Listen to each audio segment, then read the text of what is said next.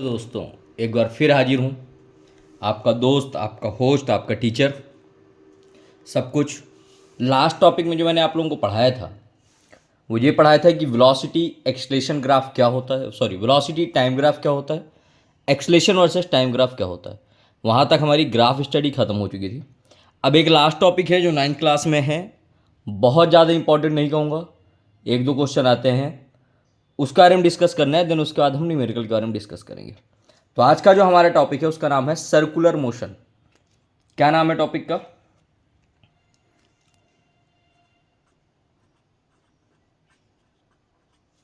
Circular motion.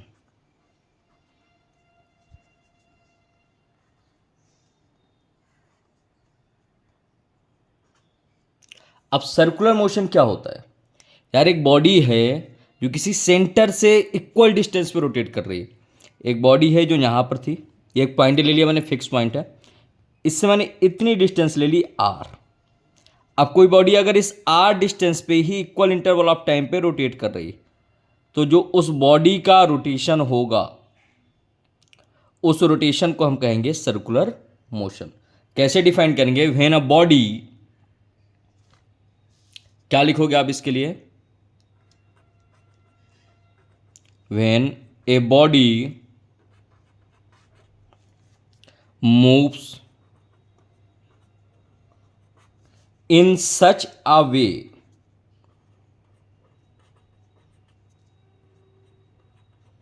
अब आप लोग सोचोगे ब्लैक पेन क्यों यूज कर रहा हूं। मेरे पास एक कमेंट आया था, सर रेड पेन से क्लियर नहीं आ रहा है। That it's distance from a fixed point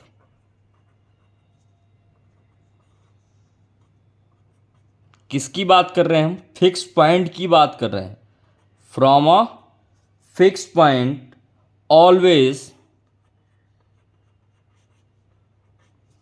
remains constant.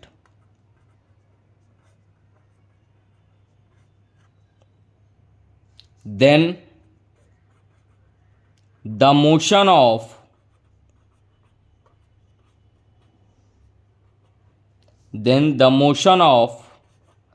particle is known as circular motion।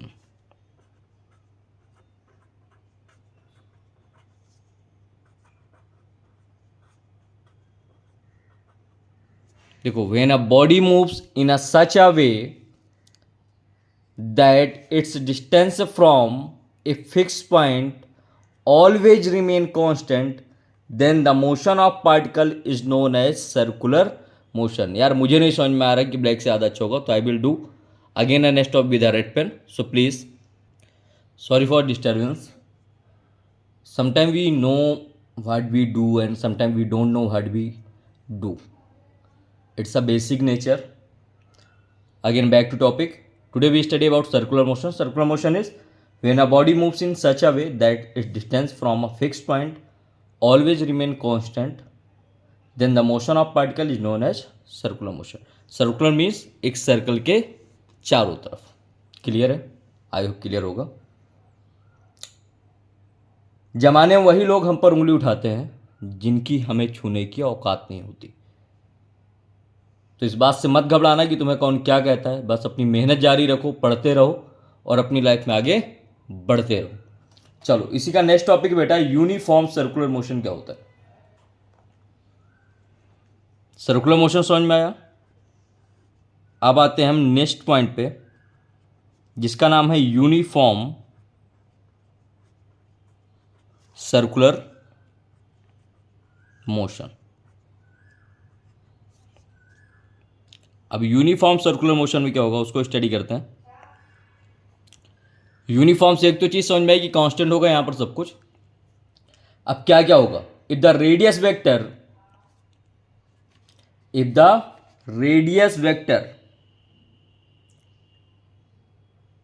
swept out equal angle in equal interval of time, then its motion is known as uniform circular motion. क्या होगा? If the radius vector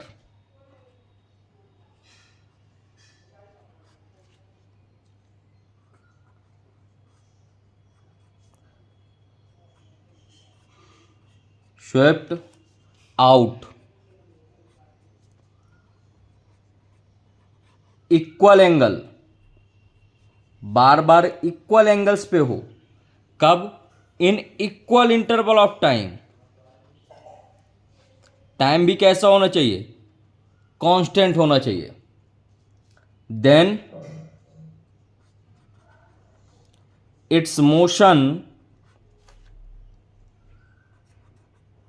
then its motion is said to be uniform circular motion. तो particle का motion कैसा होगा? Uniform circular motion होगा. इसमें क्या क्या ऐसी चीज़ें हैं जो इसको खास बताती हैं, यूनिफॉर्म सर्कुलर मोशन को खास बताती हैं? पहली चीज़ तो जो स्पीड है पार्टिकल की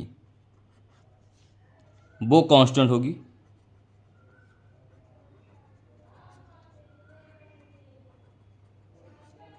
speed of particle remains constant.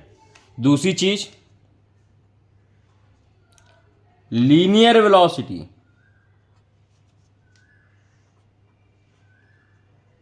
जो लीनियर वेलोसिटी है वो कैसा हो जाएगा? Being a vector quantity. कैसी क्वांटिटी हो जाएगी यहां पर? वेक्टर क्वांटिटी के रूप में रिप्रेजेंट होने लगेगी. थर्ड पॉइंट, जो डायरेक्शन है चेंज होगी. कैसे? कंटिन्यूअसली.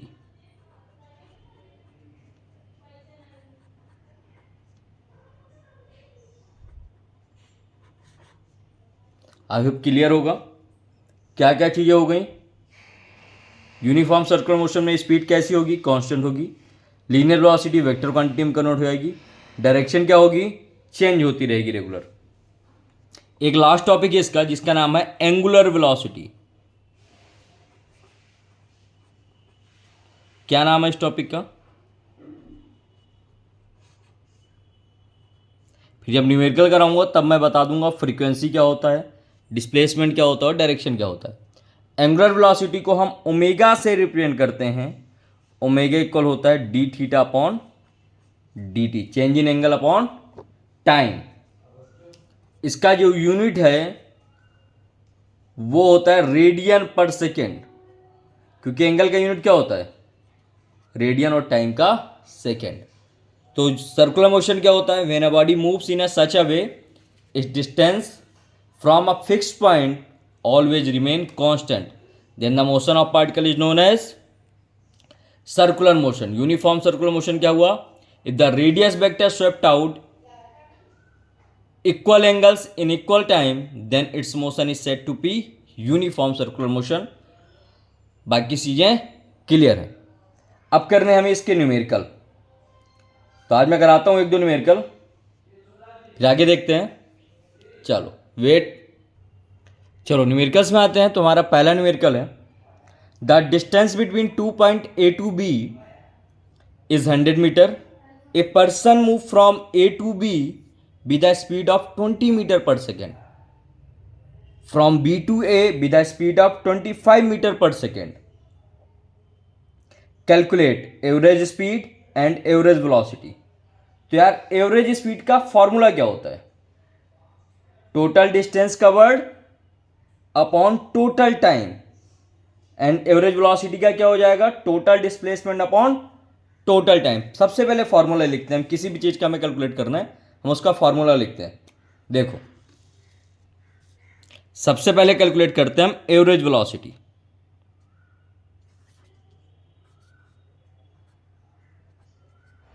या एवरेज स्पीड को कैलकुलेट कर लेते हैं, सॉरी, एवरेज स्पीड निकालना है। क्या होता है? टोटल डिस्टेंस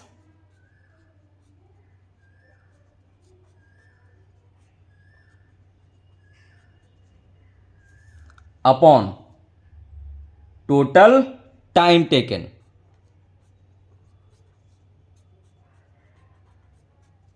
ठीक है, अब आपको पता है ए से बी तक की स्पीड कितनी है, 100 मीटर है, तो बी टू ए भी निकालनी होगी, तो हमें यहां से टोटल डिस्टेंस निकलेगा और टाइम निकालते हैं। चलो आते हैं। Distance from A to B numerical में दी गई कितनी है बेटा, 100 मीटर। ऐसे ही जब हम बी टू ए निकालेंगे, आदमी जितना जाएगा उतना ही वापस आएगा ना। Distance from B to A, B to A वो भी कितना हो जाएगा, 100 मीटर। यहां से आप टोटल डिस्टेंस कैलकुलेट करोगे। क्या कैलकुलेट करोगे? टोटल डिस्टेंस, वो क्या हुआ, 100 प्लस 100 200 मीटर। एक चीज मिल गई आपको। अब क्या चाहिए, टाइम टेकन चाहिए ना। तो पहले ए से बी तक का टाइम निकालो, फिर बी से ए तक का टाइम निकालो।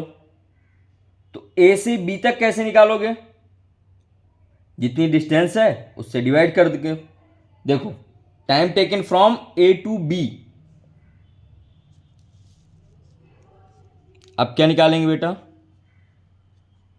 Time taken from A to B. A से बी तक जाने में कितना टाइम लगेगा? देखो हम जानते हैं वेलोसिटी इक्वल क्या होता है, वेलोसिटी या speed equal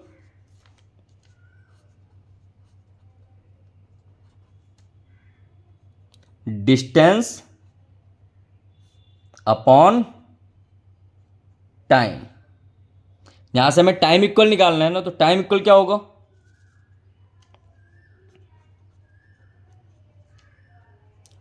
distance upon velocity. पहले ए से बी तक का निकालना है ना, इसको हम नाम देते हैं T1। T1 डिस्टेंस कितनी है ए से बी तक की, 100 मीटर। किस वेलोसिटी से पार्टिकल जा रहा था, ए टू बी। लिखा हुआ है the particle moves from A to B with the speed of 20 metre. तो 100 अपॉन 20 कितना है बेटा, 5 सेकेंड। तो यहां पर हम यूनिट क्या लेकर चल रहे हैं, मीटर पर सेकेंड। ऐसे हम निकाल लेंगे T2 बराबर, T2 क्या होगा, time taken from B to A. जब आप बी टू ए निकालोगे तो डिस्टेंस कितनी है, 100 मीटर। किस वेलोसिटी जा रहा है, 25 से, तो यहां पर टाइम कितना आ गया, 4 सेकेंड। अब देखो टोटल टाइम निकालना है, मैं टोटल टाइम क्या हो जाएगा, T1 प्लस T2 यानी कि 4 प्लस 5 इक्वल कितना आ गया बेटा, 9 second.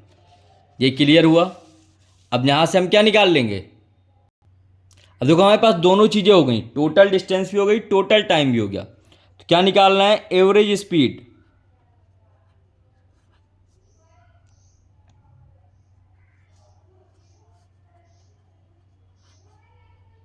Average speed, total time, total distance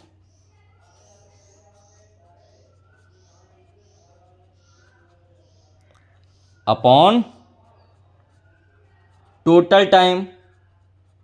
total distance कितनी निकाली थी, 100 from A to B, 100 from B to A. Time कितना था, 9 सेकेंड। तो 200 अपॉन 9 कैलकुलेट करके बताओ जरा एक लोग फटाफट। कोई कमेंट करके बताओ कितना आएगा। चलो मत करो, मैं ही बता देता हूँ। ये जो टाइम होगा बेटा यहाँ से, इसका जब कैलकुलेट करोगे ये निकलेगा 22.2 मीटर पर सेकेंड। क्लियर है। सबसे पहले क्या निकालना है, एवरेज स्पीड के लिए टोटल डिस्टेंस चाहिए और टोटल टाइम चाहिए। अब हम नेक्स्ट टॉपिक में क्या करेंगे, हमारे पास एवरेज वेलोसिटी भी हमें निकालनी है। तो देखो नेक्स्ट क्वेश्चन ने पूछा था average velocity.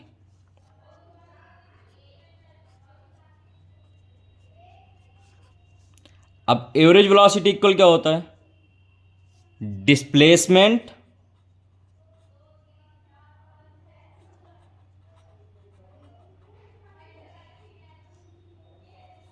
Upon total time. तो यार जब कोई पार्टिकल डिस्प्लेसमेंट निकालते हैं हम, सबसे पहले हम क्या निकालना है, डिस्प्लेसमेंट। फिर टाइम तो पता ही है। देखो पर्सन क्या कर रहा है, ए से बी गया, फिर बी से ए आया, तो डिस्प्लेसमेंट कितना हो गया, 0। कैसे, देखो ए से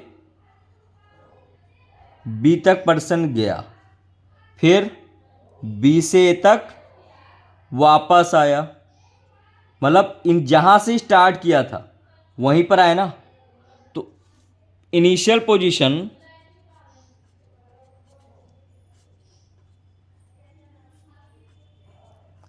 एंड फाइनल पोजीशन